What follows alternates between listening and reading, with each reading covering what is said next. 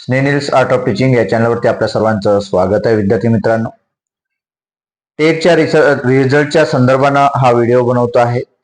जे आजचं अपडेट जे आपल्या हाती लागलेलं आहे आणि आपले विद्यार्थी मित्र जे आहेत त्या ठिकाणी पुण्यात एमपीएससी करणारे, स्पर्धा परीक्षा करणारे जे विद्यार्थी आहेत त्यांनी भेट दिली असता जे अपडेट आज मिळालेलं आहे ते संपूर्ण अपडेट आपल्या समोर सांगतो आहे. विद्यार्थी मित्रांनो, संपूर्ण व्हिडिओ बघा, स्किप करू नका आणि जे मी बोलतो आहे त्यावरती तुमचं मत नेमकं काय असणार आहे ते कमेंट बॉक्समध्ये द्यायचं आहे. विद्यार्थी मित्रांनो, जरी रिझल्टला वेळ लागत असलं तरी पण तुमचं त्यावरती मत काय असणार आहे, ज्या अफवा चालू आहेत, बाकी ज्या गोष्टी आहेत त्यावरती संपूर्ण विषय आपण या ठिकाणी घेणार आहोत.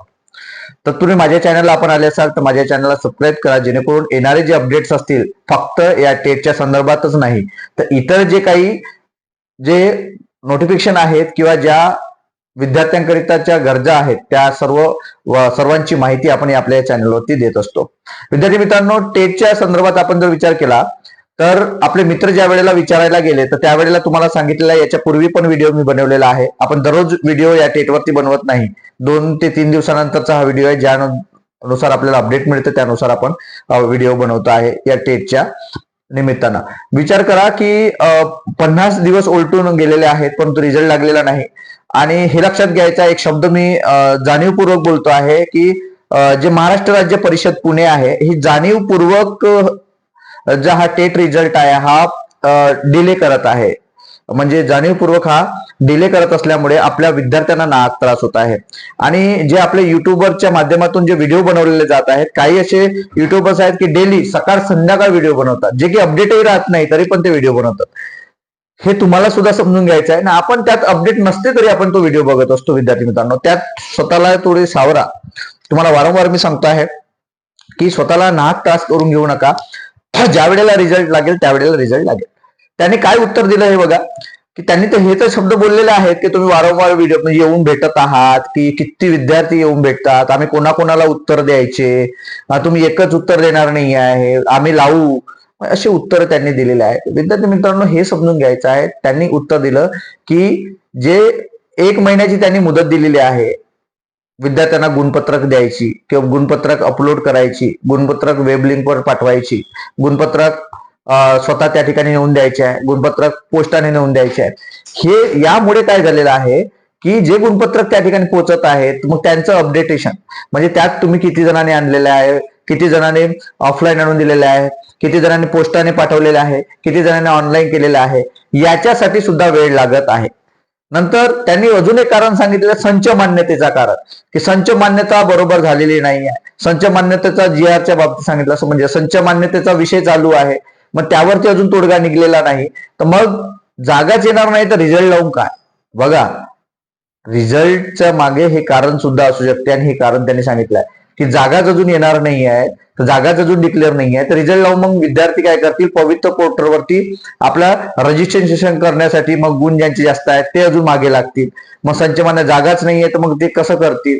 ह्या सर्व प्रश्नांची उत्तरं किंवा प्रश्न त्या ठिकाणी उपस्थित केले आणि त्यांनी त्या ठिकाणी कारण सांगितलेले, ही प्रश्न घेऊन कारण सांगितलेले. म्हणून तुम्हाला म्हणतोय की जाणीवपूर्वक काहीतरी कारण पुढे करून हा रिझल्टचा वेळ आपल्याकडून काढून घेत आहे आणि आपण मात्र आशेवर बसलो आहे की माझा पेपर चांगला गेलेला होता, मला चांगला स्कोर राहू शकते आणि मी या वेळेला कोणत्या हालती शिक्षक बनेन असं तुम्हाला वाटत आहे. विद्यार्थी मित्रांनो, पण ही जी शिक्षण परिषद आहे आणि आपले IBPS आहे यातही ते जाणीवपूर्वक चुकी करता हे या ठिकाणी दिसत आहे. नॉर्मलायझेशनचाही विषय आला, त्याच्यात नॉर्मलायझेशन करायला वेळ लागते, ते अजूनपर्यंत आमच्यापर्यंत पोहोचलेलं नाहीये आणि आम्ही त्यावरती निर्णय घेऊ शकत नाही असं सुद्धा त्यांनी त्या ठिकाणी म्हटलेलं आहे. म्हणजे निर्णय कोण घेतं हेच माहित नाही, रिझल्ट कोण लावणार आहे हे माहित नाहीये.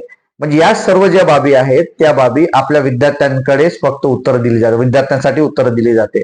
आणि यात तुम्हाला सांगितलेलं आहे, आत्ताच आपलं अधिवेशन संपलेलं आहे आणि अधिवेशनामध्येही यावरतीही जे काही बोललेले आहे तेही रिझल्ट कधी लागणार आहे याबद्दल फक्त याच आठवड्यात लागेल असंच त्या ठिकाणी दादाजी भुसे यांनी म्हटलेलं होतं. पण कधी, या आठवड्यात तो निघून गेलेला आहे आणि आजची 22 तारीख आहे. विद्यार्थी मित्रांनो, हे सुद्धा समजून घ्यायचं आहे. मग ही जी कारणं आहेत ही उडवाउडवीची कारणं आहेत. जाणीवपूर्वक हे जे तुम्हाला 2-3 कारण सांगितले, गुणपत्रक आहेत, नंतर ऑफलाईन ऑनलाईनची कारण आहे, संच मान्यतेचं कारण आहे, ही जी कारणं आहेत ही कारणं आपल्यासाठी फालतूची कारणं आहेत विद्यार्थी मित्रांनो. रिझल्ट लावल्यानंतर असं नाही आहे की जागाच निघल्या पाहिजे, आहे की नाही. पण विद्यार्थ्यांना तर समजेल परीक्षा दिली तर माझा स्कोर किती आहे. ज्या वेळेला तुम्ही जागा काढाल त्यावेळेला काढाल, त्यावेळेला पूर्ण रजिस्ट्रेशन पवित्र पोर्टलला करतील, माहिती अपलोड करतील आपली आणि त्यानुसार सर्टिफाय करतील. परंतु तुम्ही परीक्षा मग एवढा फास्ट हार्डली अँड फास्ट का घेतली, जेणेकरून विद्यार्थ्यांना, काही विद्यार्थ्यांचा अभ्यास सुद्धा झालेला नसेल, त्या विद्यार्थ्यांना सुद्धा त्यांचा सुद्धा चांगला अभ्यास झाला असता आणि स्कोर वाढलेला असता. परंतु याचा विचार न करता एवढे फास्ट त्यांनी या प्रोसेस घेतलेला आहे, म्हणजे प्रोसिजर केलेली आहे. परंतु रिझल्टच्या बाबतीत ते मात्र करताना दिसत नाहीत, हे सुद्धा आपल्याला समजून घ्यायचं आहे. म्हणून हे जे अपडेट आहे रिझल्टच्या बाबतीतलं हे अजूनही अंधारात आहे. म्हणून रिझल्टच्या बाबतीत डोक्यातनं काढून टाका. रिझल्ट कधी लागेल हे कुणालाच सांगता येणार नाहीये, ना मला सांगता येणार आहे आणि ना त्या विद्यार्थी ज्या ठिकाणी थेट आयुक्तालयात जातात, विद्यार्थी जे भेटायला जातात त्यांनाही माहिती नाही. कारण त्यांना उत्तरच तशी दिली जातात, ते समजायचं कसं. दररोज जाऊन किंवा दिवसभर म्हणजे सकाळी 10 वाजतापासून किंवा 11 वाजतापासून 5 वाजेपर्यंत थांबले तरी रिझल्ट कधी लागणार, तर उत्तर तेच आहे, आम्ही लावणार आहोत, लवकरच लावणार आहोत. पण आठवडे म्हणले झाला, आता आठवडे म्हणणेही बंद झालेल्या विद्यार्थी मित्रांनो. पण लवकर लावू हा शब्द आहे आता. लवकर म्हणजे आज उद्या आता नाही, तर लवकर म्हणजे महिना निघून गेलेला आहे, आता 1.5 महिना पण निघून गेलेला आहे, हे लक्षात घ्यायचं तुम्हाला. आणि या माध्यमातून तुम्हाला नेमकं काय वाटते, याबद्दल तुम्ही काय समजू शकता.